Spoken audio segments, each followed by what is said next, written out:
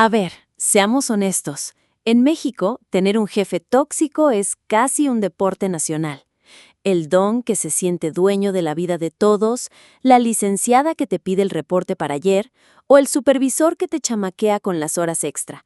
Todos hemos estado ahí, aguantando vara y soñando con el día en que les llegue la voladora. Pero, ¿qué pasa cuando alguien decide no esperar al karma y se convierte en él? Hoy nos clavamos en esa pregunta legendaria de Reddit. Gente que se vengó de un jefe horrible. ¿Cuál fue su plan y valió la pena? Trabajaba en un taller mecánico en Iztapalapa. El dueño, don Memo, era un codo de primera. Nos pagaba una miseria, nos jineteaba el sueldo y lo peor era su regla de oro: aquí no se come. Odiaba que perdiéramos tiempo, así que teníamos que comer a escondidas o malpasarnos hasta la salida.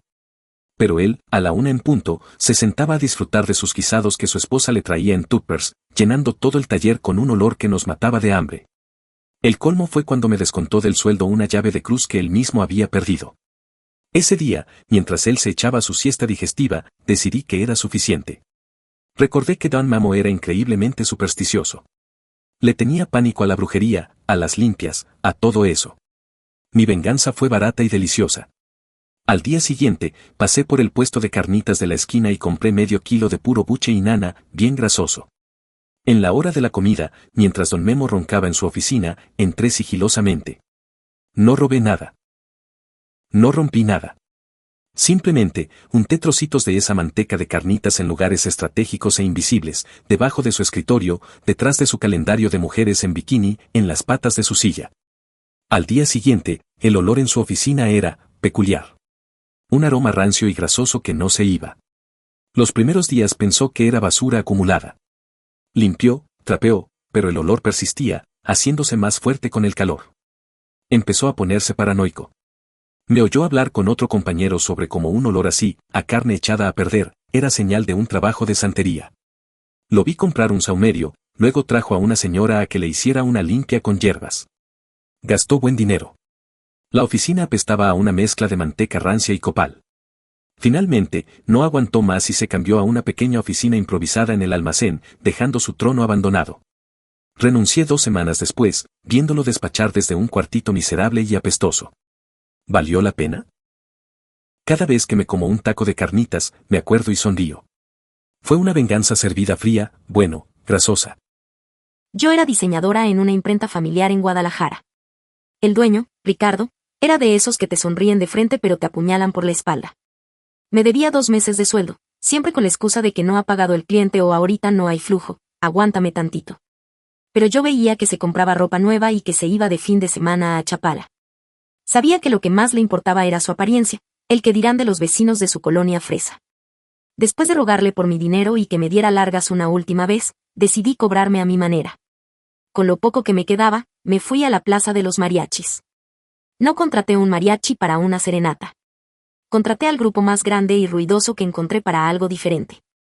Les di la dirección de Ricardo y les pagué para que tocaran, durante 3 horas seguidas un sábado por la tarde, una sola canción, Rata de 2 patas de Paquita la del barrio. Llegaron puntuales. Se instalaron justo afuera de su casa, con sus guitarrones, trompetas y violines. Y empezaron. A todo pulmón. Rata inmunda, animal rastrero. Los vecinos salieron a sus ventanas, curiosos. Ricardo salió hecho una furia, pero los mariachis le mostraron el recibo pagado. No podía hacer nada. Después de la primera hora de escuchar a todo volumen que era un adefesio mal hecho, recibió un mensaje mío: la serenata se acaba cuando llegue la transferencia de mi dinero. Y si te tardas, mañana contrato a la banda para que toque puros narcocorridos. No tardó ni 10 minutos. Me llegó la notificación de la transferencia completa a mi celular. Le avisé al mariachi, terminaron la canción que estaban tocando y se fueron como si nada. Me costó una parte de lo que me debía, pero la humillación pública que le provoqué en su barrio no tuvo precio. Valió cada peso. Trabajaba en el área de contabilidad de una distribuidora en Monterrey. Mi jefa, la licenciada Berta, era la reina del micromanagement. Odiaba la tecnología y se aferraba a sus métodos de los años 90. Todo lo quería impreso.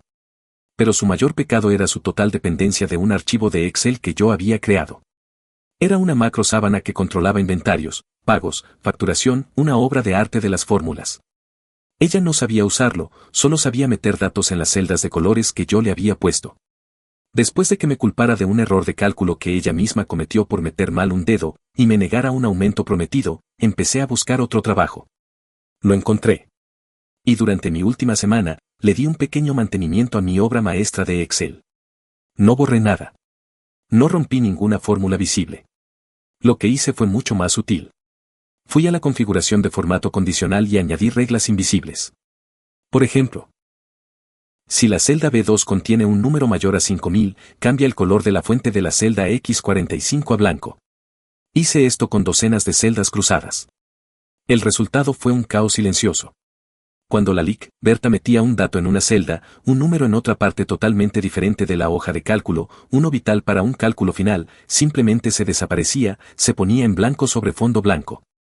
El número seguía ahí, pero era invisible. Los totales no cuadraban, los reportes salían con errores garrafales. Ella se estaba volviendo loca. Reiniciaba la computadora, maldecía el Excel. Llamó a los de sistemas, pero ellos veían las fórmulas y todo parecía correcto. Nadie pensó en revisar el formato condicional. Su sistema perfecto se volvió inútil y ella quedaba como una tonta que no sabía ni sumar. Renuncié dejándola en medio de ese desastre numérico que solo yo sabía cómo arreglar. La mejor parte es que mi venganza era, técnicamente, solo un mal diseño de interfaz. Totalmente satisfactoria. Fui recepcionista en una clínica dental en la colonia Roma. Mi jefe, el doctor Armando, era un galán de telenovela frustrado. Coqueteaba con las pacientes, con las proveedoras, y especialmente conmigo. Era un acoso constante y sutil.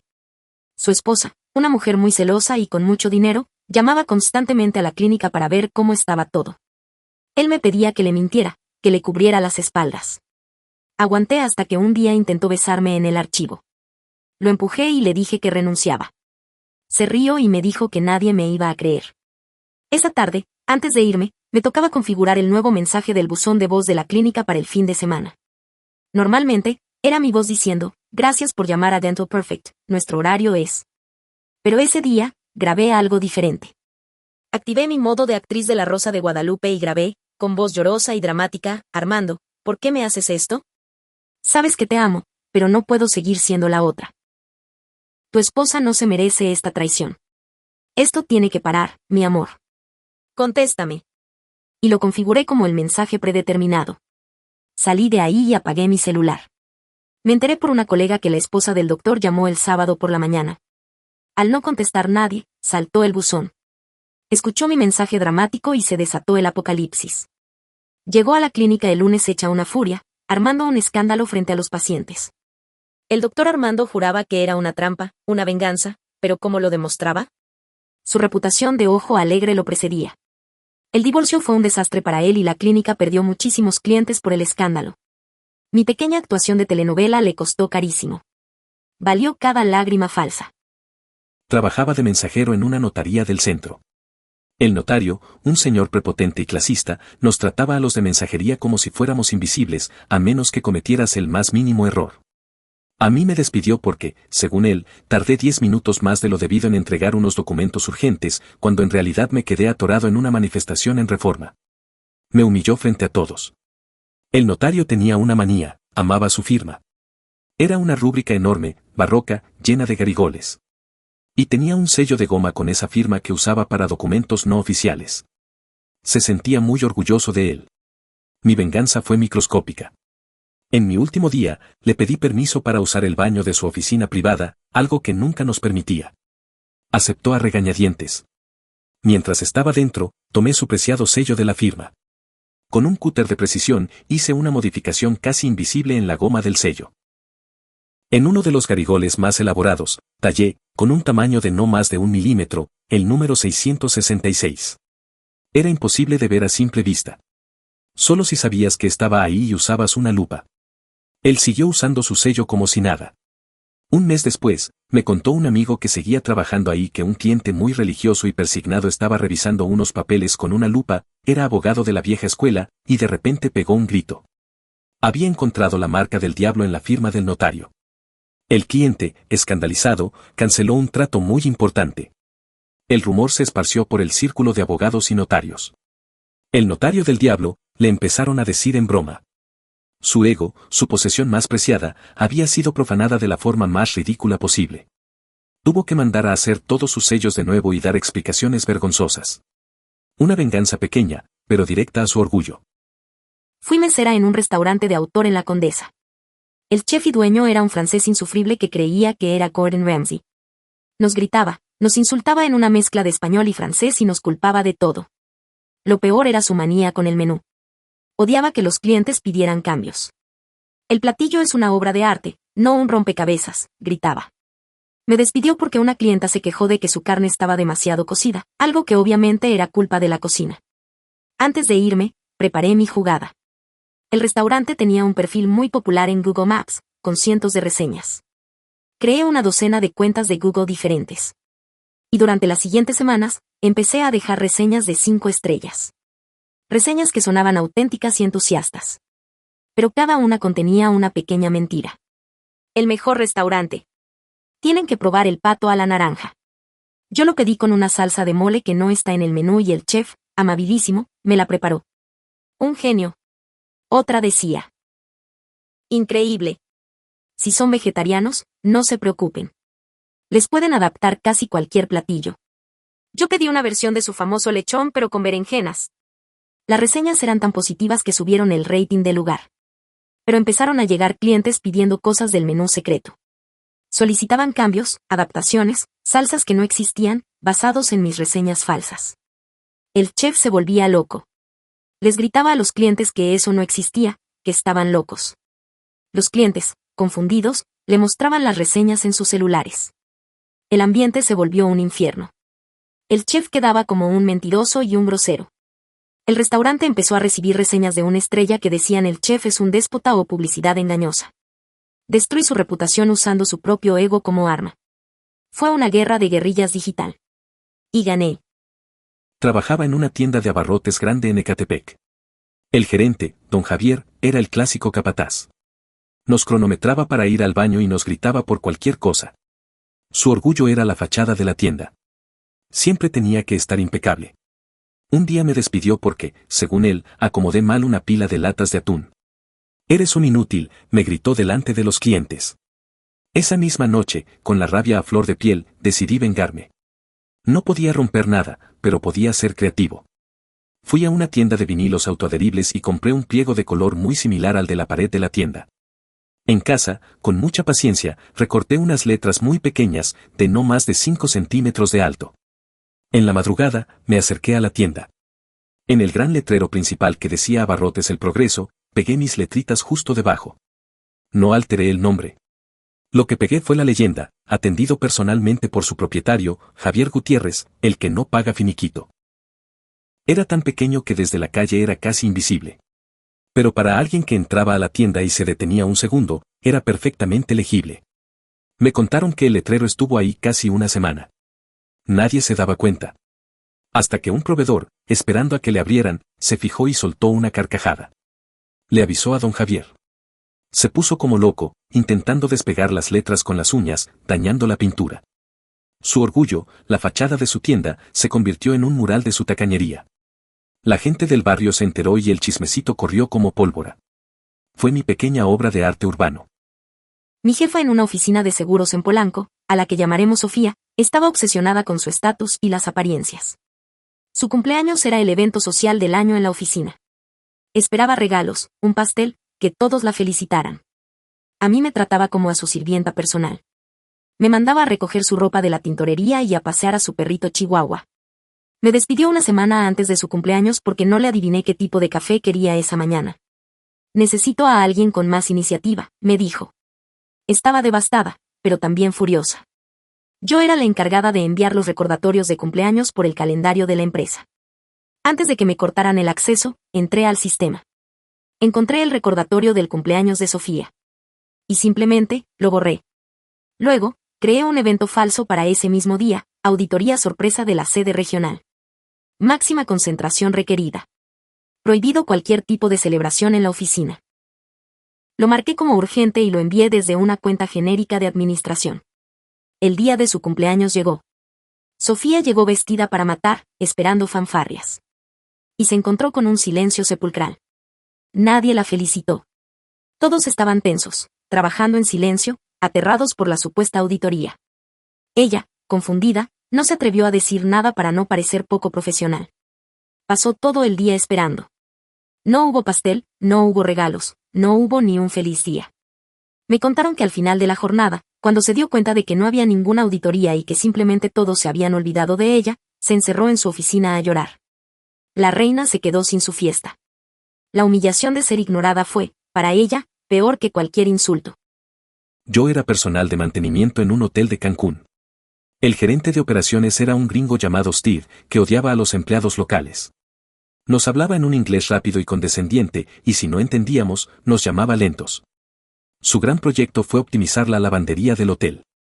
Implementó un sistema de etiquetado por colores para los uniformes de todo el personal, azul para limpieza, rojo para meseros, verde para mantenimiento, etc.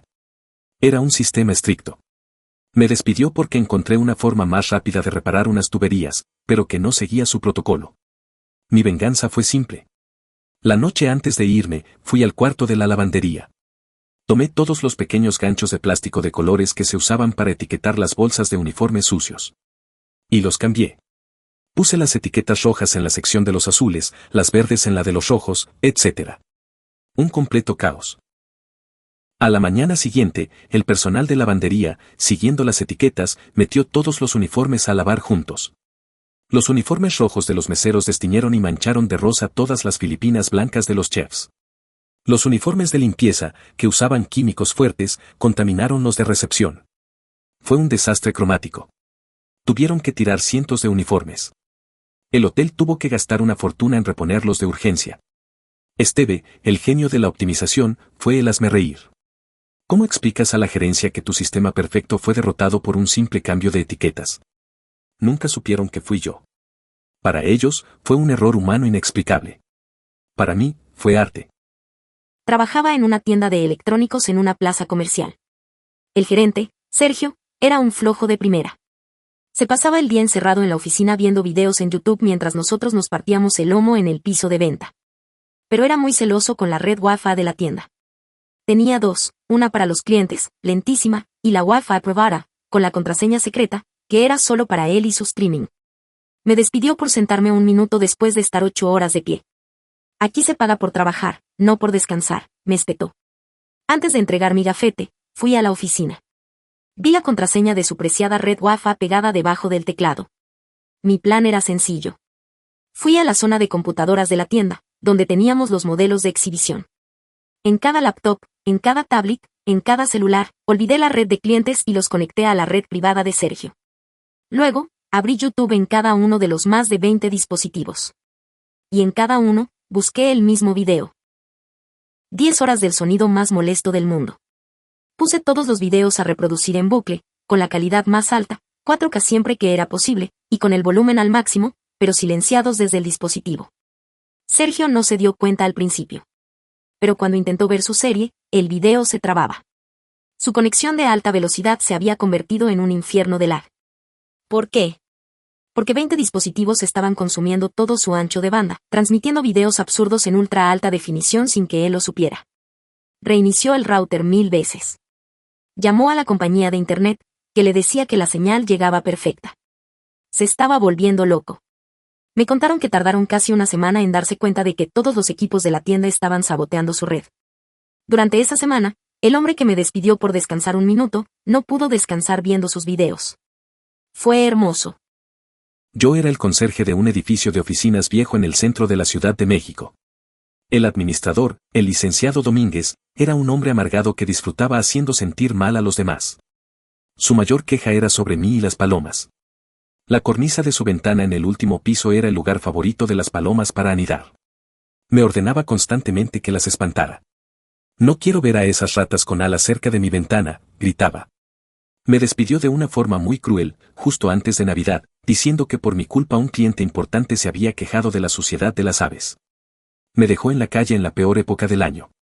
Me fui, pero la imagen de su cara de satisfacción no se me quitaba de la cabeza. Sabía que no podía hacer nada ilegal. Pero conocía el edificio y a sus habitantes mejor que nadie. Especialmente, a las palomas. Durante mi último día, mientras recogía mis cosas, subí a la azotea. Llevaba conmigo una bolsa grande. No era veneno. No era nada dañino. Era 1 kilo del mejor maíz pozolero y alpiste que pude comprar. Subí al techo justo encima de la oficina de Domínguez y esparcí la comida generosamente por toda la zona, especialmente cerca de la cornisa de su ventana. Las palomas de la zona, que ya me conocían, tuvieron el festín de su vida. Pero no solo comieron. Hicieron algo más. Crearon una asociación. Mi pequeño acto de generosidad convirtió ese lugar en el restaurante de 5 estrellas para palomas de varias cuadras a la redonda. Después de que me fui, el problema de las palomas no se duplicó. Se multiplicó por 10. La ventana del licenciado Domínguez se convirtió en el epicentro de la vida aviar del centro histórico. El ruido era constante. La suciedad, apocalíptica. Contrató servicios de control de plagas, puso picos de plástico, redes. Nada funcionaba. Yo había creado un destino, un lugar sagrado para ellas. Mi venganza no fue un acto, fue una herencia. Le dejé un legado de arrullos, aleteos y excremento que, hasta donde sé, continúa hasta el día de hoy. Nunca supo que esa plaga tenía mi nombre. Yo solo fui un hombre que fue amable con las criaturas equivocadas para él. Y cada vez que veo una paloma, le guiño un ojo. Valió la pena. Y así cerramos este capítulo de Justicia Popular. 11 historias que nos recuerdan que la creatividad y el ingenio florecen en los lugares más inesperados, y que a veces la mejor manera de ganar no es peleando, sino dejando que tu ex jefe se ahogue en su propio caos. ¿Qué les parecieron?